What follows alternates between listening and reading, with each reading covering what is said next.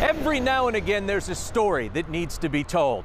Whether you choose to believe it or not is up to you, but it has to be told. You're a lucky boy. He is a lucky boy, kind of a cute little guy too now, isn't he? You know, Ruth says she used to come out in this area and visit her parents all the time with both of her dogs. Now she says she'll probably be making the trip solo quite a bit more. This guy is something else. KOIN Local 6 reporter Jenny Hansen is live in Studio B. And Jenny, $2 is really all it takes? Yes. The lockout has owners and players on opposite sides of the Grand Canyon right now. But who says the players can't still play, right?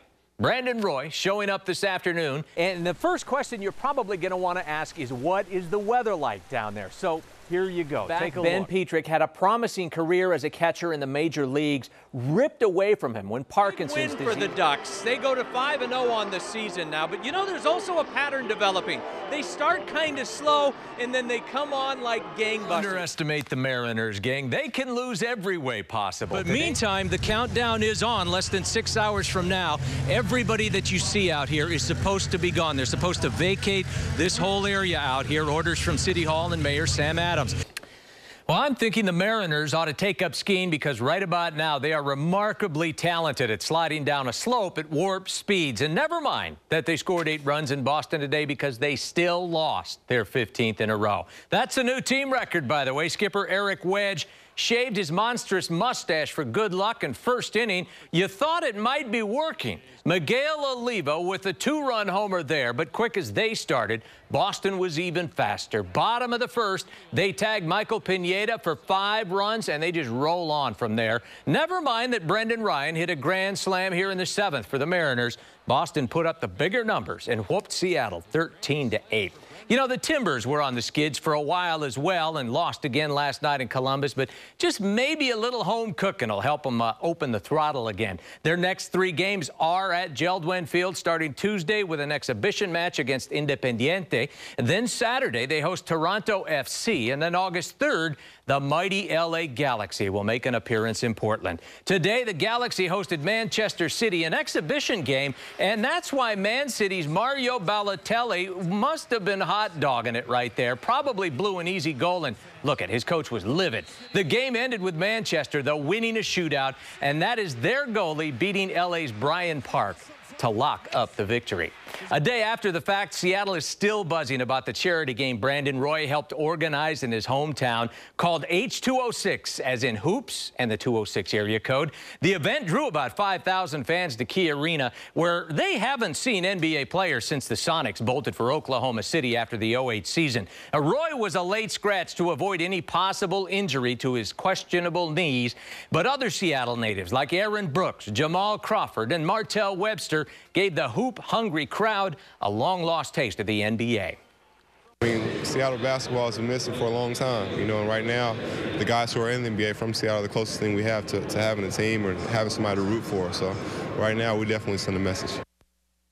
They would love to get a team back up there, but hey, you know, this game was mostly about just having fun yesterday. This is Blazer draftee Nolan Smith doing a little rookie initiation. The guys made him go out there and bust a move as silly as possible, of course, during halftime. He did a pretty good job of it, too, it looks like.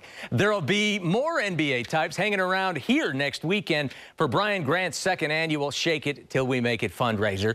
Last year's event, of course, was a tremendous success, and it's only getting bigger this year. They're expecting 750 people for Sunday night's Celebrity Gala at the Rose Garden. That is 100 more than last year, and it is already sold out. And then as of tonight, next Monday's Celebrity Golf Tournament at Pumpkin Ridge has only 5 foursomes still available. 43 have already been sold. Charles Barkley there will be back. All the money raised will go to Grant's Foundation, by the way, to help people suffering from Parkinson's disease. A father and son combo right there, making the walk-up 18 at the Senior British Open today. Russ Cochran, son Reed was his caddy. Finishes 12 under par to win the event, 2 shots better than Mark Calcavecchia. And across the border in Vancouver, and that would, of course, be Canada, Sean O'Haire needs only to watch to win the Canadian Open. Chris Blanks couldn't get the bogey putt to drop on the first hole of their playoff, and O'Haire wins by a hair. All right. Thanks, Tim.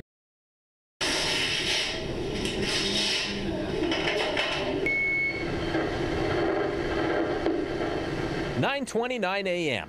Monday, November 22nd of last year.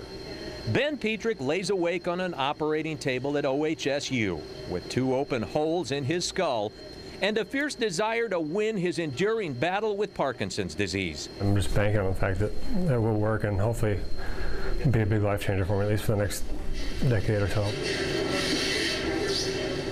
You know, all of us, we're all #1 and state champions. It's great. Ben has always been a winner. That's him scoring a touchdown to help Glencoe win a state championship in 1994. A gifted athlete, he was soon playing baseball at the highest level. And Petrick hammers it to deep left field. Back goes Rivera, and this one's gone. Up in the big leagues with the Colorado Rockies. But he was also just 22 when Parkinson's began its assault on his body and eventually on his career. Pulled over at the plate is Petrick. I knew that I could feel myself not doing what my body wanted to do, and I knew it was just a matter of time. Now, Petrick really did a pretty nice job standing his ground at the plate. I got mentally prepared for all that Dysonian crap I have to deal with on Monday. 4 days before his November surgery, Ben and his wife Kelly prepare for his second attempt at deep brain stimulation, or DBS. Electrodes will be permanently implanted in his brain, targeting the areas that control movement. It's about the targeting, it's about getting it in the right location, it's about, getting through the surgery successfully. That's what's critical. A neurostimulator or generator, a lot like a pacemaker, will also be implanted in his chest to send electrical impulses to those electrodes, blocking the abnormal nerve signals that throw his body's motor system out of balance. By placing these electrodes deep into the brain to these very strategic spots, we can actually reestablish that normal balance. I hope to God that it works, but if it doesn't, then I'll just be back to square one like I am now. But you have the attitude to persevere, and you had that during sports, and that certainly, definitely plays a big role.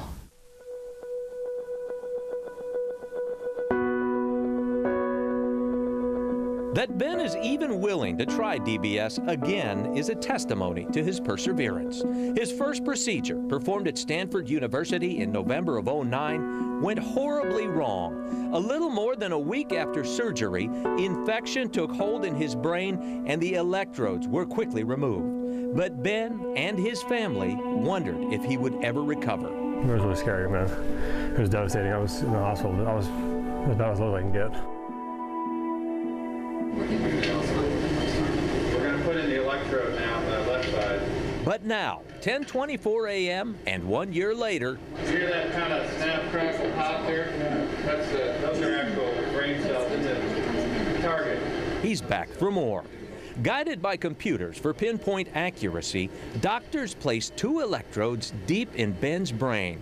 He stays awake to give them verbal feedback. When they're done, he's left with 2 wires dangling from his head.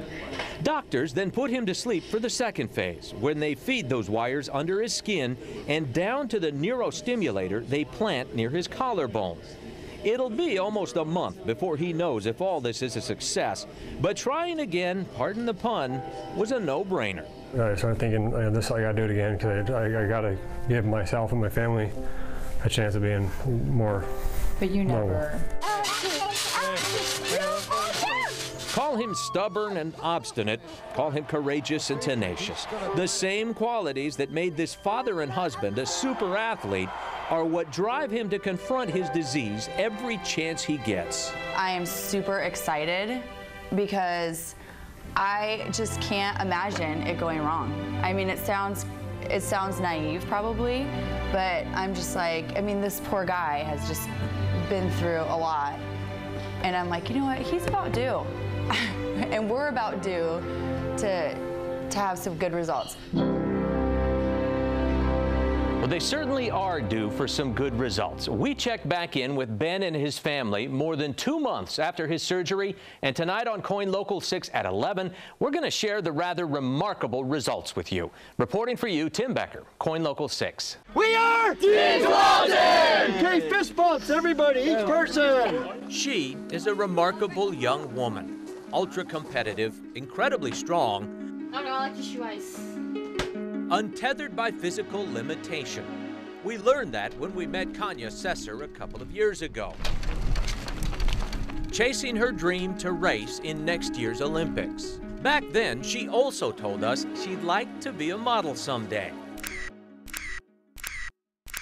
That someday has arrived. Something about it, it's like the shadow also, and like the way how my face expression is. You never seen this every day. Come on, like no legs. Yeah, you don't see that every day. I'm a model. I like the flowers. They're nice with all my hair and stuff, but Kanya was absolutely remarkable.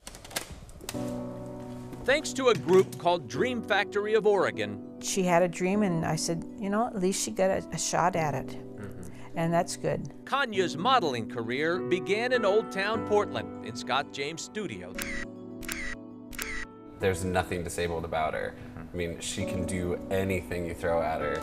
And Scott threw a lot her way. 4 different looks, outfits, and makeup. my friends wear that much makeup. I don't, but I'm just saying, guys. Cool and icy, warm and tropical. Scott and Kanya captured a rainbow of feelings and moods. But just one, she says, I like this one, shows my muscles too. Portrays her true essence. It's like the tough girl without legs, like, look at me, I can do this, I don't need help. She's one of the most positive people I know. Since adopting Kanya at the age of 5, Jane Sesser has watched her daughter grow into a picture of strength, a model of determination. Now she's got more reason to keep going forward. You know, she's got a couple little successes and...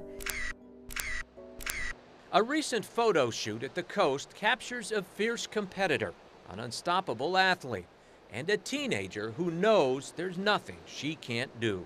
You know, you gotta have a positive attitude. I mostly have a positive attitude about all these things that we do because it's just like fun and also expressing myself.